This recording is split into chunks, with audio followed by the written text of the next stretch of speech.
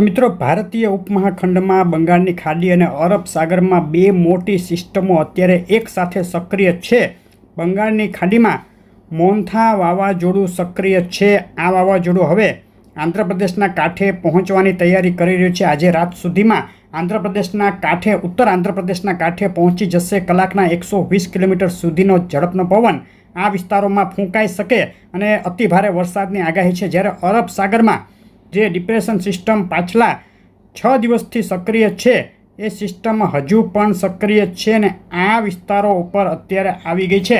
લગભગ છેલ્લા 3 દિવસથી ખાસ કોઈ મોટી મૂવમેન્ટ વગર એક જ સ્થળે આ સિસ્ટમ ફરી રહી છે અને હજુ પણ આગામી 2 દિવસ સુધી ખૂબ ધીમી ગતિથી ઉત્તર પૂર્વ દિશા તરફ આગળ વધશે.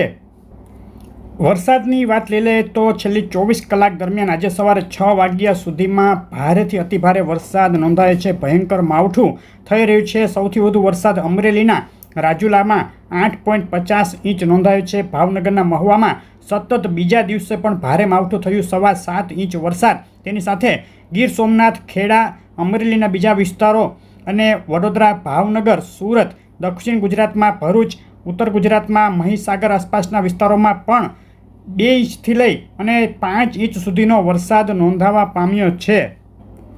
છેલ્લી 24 કલાક દરમિયાન રાજ્યના કુલ 125 તાલુકા એવા હતા જેમાં 1 ઇંચ કરતાં વધુ વરસાદ થયો છે. એટલે કે લગભગ સાર્વત્રિક કહી શકાય તે રીતનું આ માવઠું અત્યારે ગુજરાતમાં થઈ રહ્યું છે. આજના દિવસની વાત કરીએ તો આજે સવારે 6 વાગ્યાથી બપોરે 12 વાગ્યા સુધીમાં પાટણ વેરાવળમાં 42 મિલીમીટર, સૂત્રાપાડામાં 41 મિલીમીટર, તાલાળામાં 39 મિલીમીટર વરસાદ નોંધાયો છે. તે સિવાય જૂનાગઢ જિલ્લો, સુરેન્દ્રનગર જિલ્લાના કેટલાક વિસ્તારો, પંચમહાલ, અમરેલી, ગીર સોમનાથના બીજા વિસ્તારો, ભાવનગરના વિસ્તારોમાં પણ અડધાથી લઈને 1.5 ઇંચ સુધીનો વરસાદ નોંધાવા પામ્યો છે અને હજુ પણ કેટલાક વિસ્તારોમાં વરસાદ ચાલુ છે. સિસ્ટમના લોકેશન ઉપર નજર કરીએ તો અત્યારે તમે જોઈ રહ્યા છો 850 HP ઉપરનો પવનનો ચાર્ટ, જેમાં અગાઉ કહ્યા મુજબ વાવાઝોડું હવે આંધ્રપ્રદેશના કાંઠે ટકરાવવાની તૈયારીમાં છે અને ડિપ્રેશન સિસ્ટમ અરબ સાગરમાં આ વિસ્તારો ઉપર છે. આ સિસ્ટમ હજુ આગામી 2 દિવસ સુધી આ વિસ્તારો ઉપર જ લગભગ સ્થિર રહે તેવી શક્યતા છે અને ત્યારબાદ 31 ઓક્ટોબર અને 1 નવેમ્બર આસપાસ આ સિસ્ટમ આ વિસ્તારો ઉપર આવી શકે છે. પશ્ચિમ સૌરાષ્ટ્રના કાંઠે આ સિસ્ટમ આવી શકે છે, ડિપ્રેશન સિસ્ટમ, જેને લઈને આગામી 3 થી 4 દિવસ હજુ સૌરાષ્ટ્રમાં માવઠું ચાલુ રહી શકે છે અને આગામી 24 કલાકમાં થોડી રાહત મળે, પરંતુ સિસ્ટમ નજીક આવશે એટલે ફરીથી વરસાદના વિસ્તારોમાં અને વરસાદના પ્રમાણમાં 30 તારીખથી વધારો થઈ શકે છે. સિસ્ટમના એક્ઝેક્ટ લોકેશન ઉપર નજર કરીએ તો આજે સવારે આ સિસ્ટમ અરબ સાગરમાં દક્ષિણ પશ્ચિમ દિશામાં વેરાવળથી લગભગ 600 કિલોમીટર દૂર સ્થિત હતી. વરસાદની વાત કરીએ તો પાછલા 2 દિવસમાં જે ભારેથી અતિભારે વરસાદ, માવઠું, ભયંકર માવઠું નોંધાયું છે, તેમાં આગામી 24 કલાક થોડી રાહત મળી શકે છે. આગામી 24 કલાક દરમિયાન જે કાંઠા વિસ્તારો છે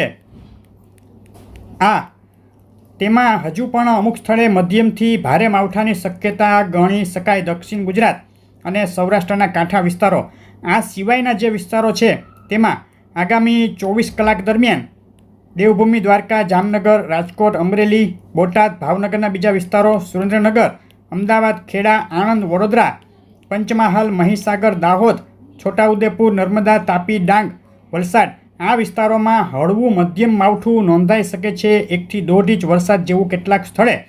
અને ત્યારબાદની વાત કરીએ એટલે કે 30 તારીખની રાતથી ફરીથી વરસાદના વિસ્તારોમાં વધારો થઈ શકે છે.